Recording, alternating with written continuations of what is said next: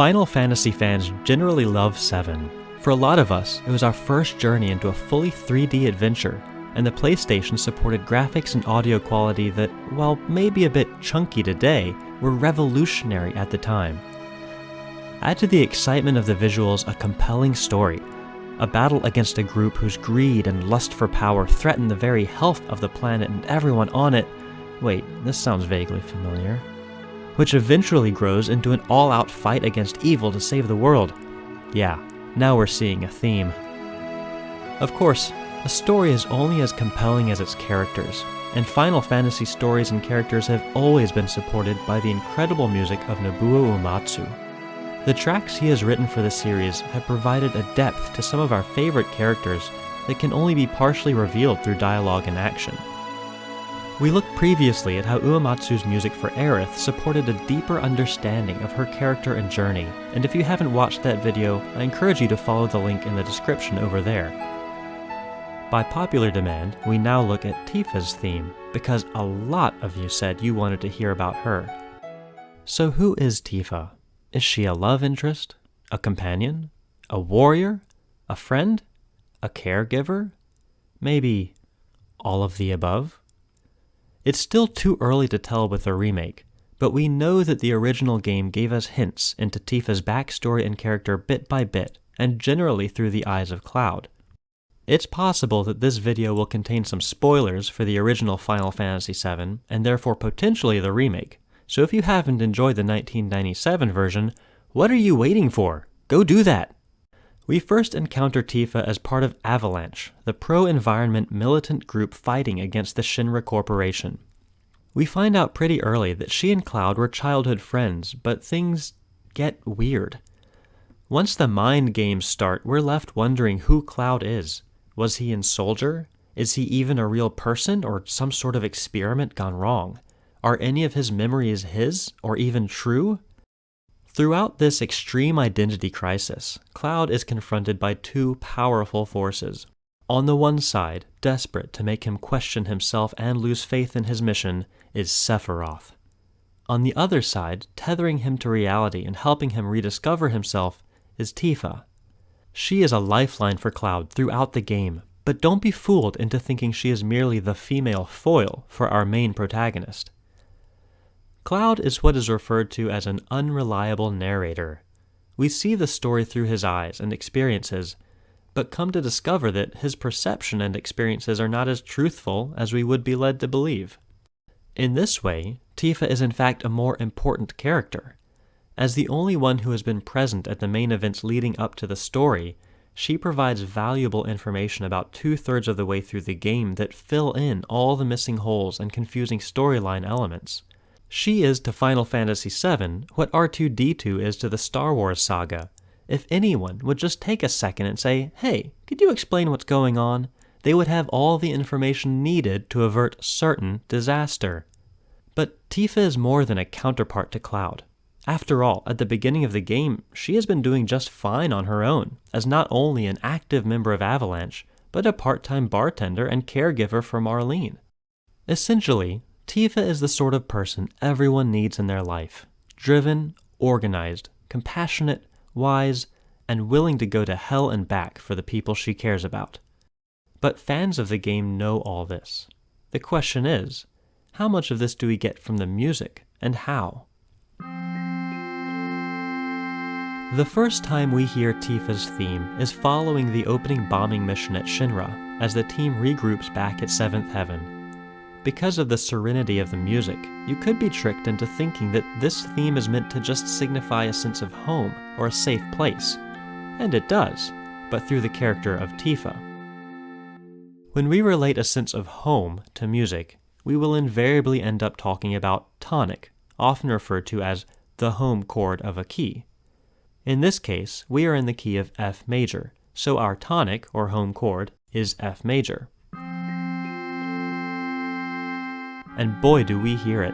It's the first chord of the whole song, and even though the chord changes, the home pitch F is repeated every measure for almost 4 whole phrases. This is called a tonic drone, when the tonic pitch of a key is sustained even under changing chords. Compare this to the opening of Aerith's theme, a character who does not have a strong sense of belonging, destination, or even identity. It starts with a tonic chord, but with extra notes, and the melody is in a weak inversion, and the following chord immediately contradicts the key that was just implied. Tifa, on the other hand, knows who she is and where she belongs, and you will too after hearing 45 seconds of the same note. But it isn't 45 seconds of F major, only F. Over this tonic pedal, the harmony shifts from 1 to a minor 4. The relationship between 1 and 4 is an easy one, and familiar to our ears. 4 is a chord that is often used to expand tonic, which is when you prolong the overall sound of a tonic harmony, but with other chords mixed in.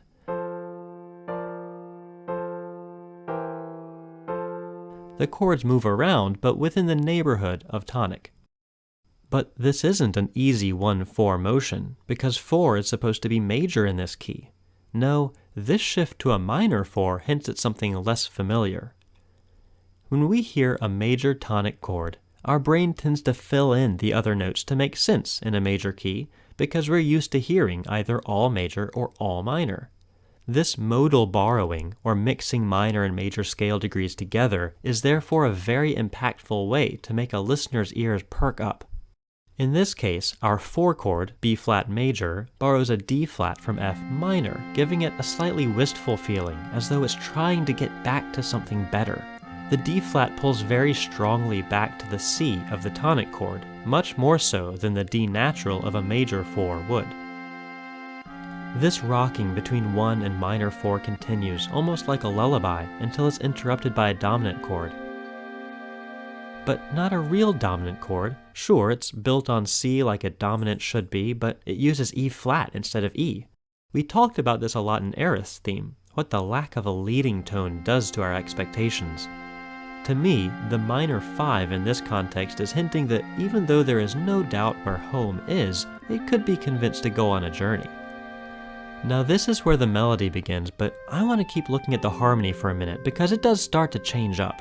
The first phrase is the same progression we've become accustomed to, but note how there start to be these added ninths sprinkled in. This adds a sense of sad remembering to an otherwise ordinary chord. The second phrase moves up from F major to A minor. An upward mediant motion is a surefire way to tug at some heartstrings, because we have almost all the same notes as a 1 chord, but that half step from Do to T makes a big shift from major to minor. We then get a real 4, B-flat major, that moves through D minor to settle on G minor. This motion, where each note moves by a step or less, makes this progression flow oh so smoothly.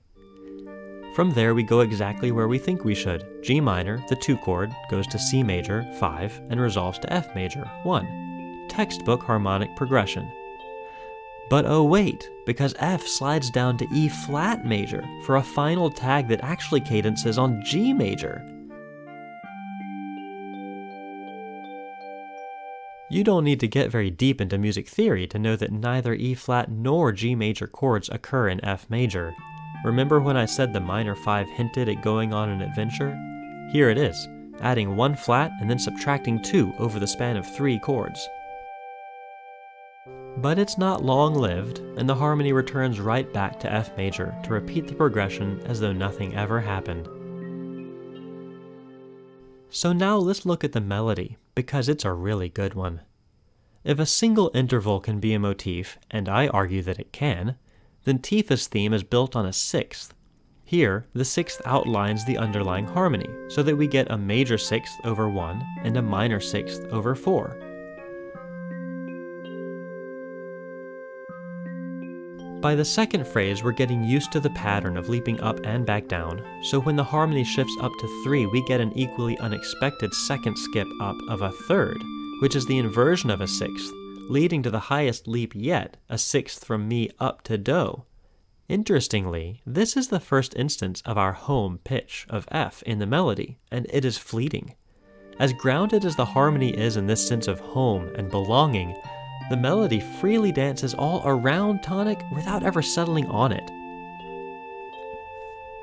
When we get the surprise E-flat major, The melody turns around this double neighbor figure, but once again avoids the home pitch, opting instead for an F sharp, which resolves briefly to an F before the avoided cadence on G major. The melody almost seems to disagree with the harmony, not in the notes on the page, but in character. The harmony is very stable, as we saw with the sustained F that gives us a sense of home, while the melody seems to do anything to avoid landing on F. Maybe the harmony gives us that sense of assuredness and belonging, while the melody hints that we would perhaps rather be somewhere else or with someone else. So where could Tifa rather be than with Avalanche in Seventh Heaven? The clue is in the orchestration. It's difficult to discern in the original 1997 soundtrack, but the theme begins with a duet. The keyboard arpeggiates the chords, but two instruments are playing long tones together, one pitched high and the other low.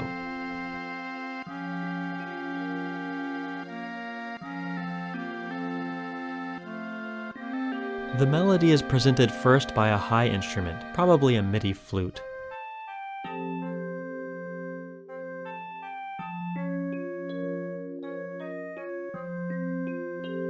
The second time through the melody is played by a low instrument, possibly a MIDI bassoon,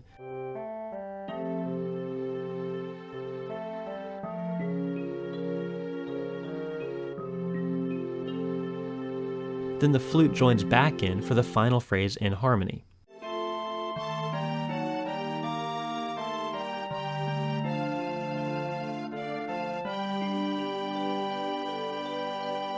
But as iconic as this original soundtrack was, we now have a remake to compare it to.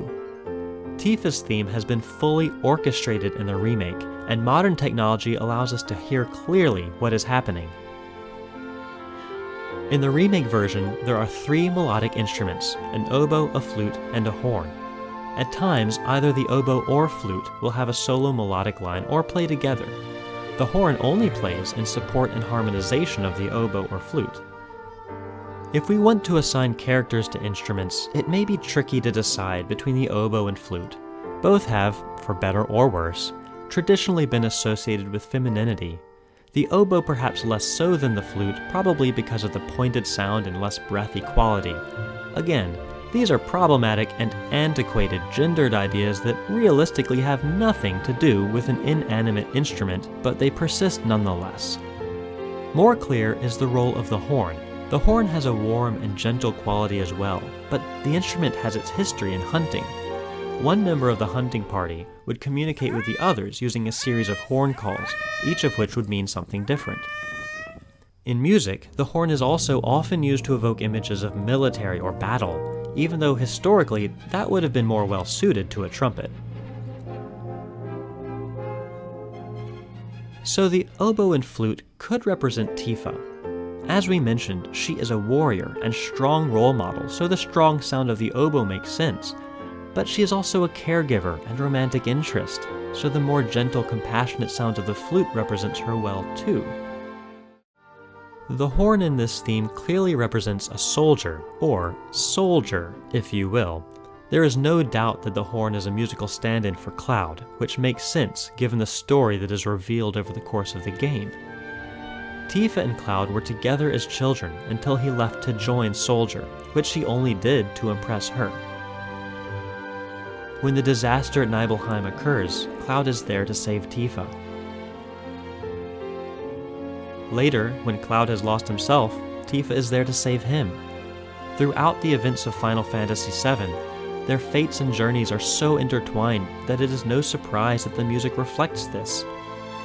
As with all of Nobuo Uematsu's themes though, we can only truly appreciate the depth of meaning in retrospect.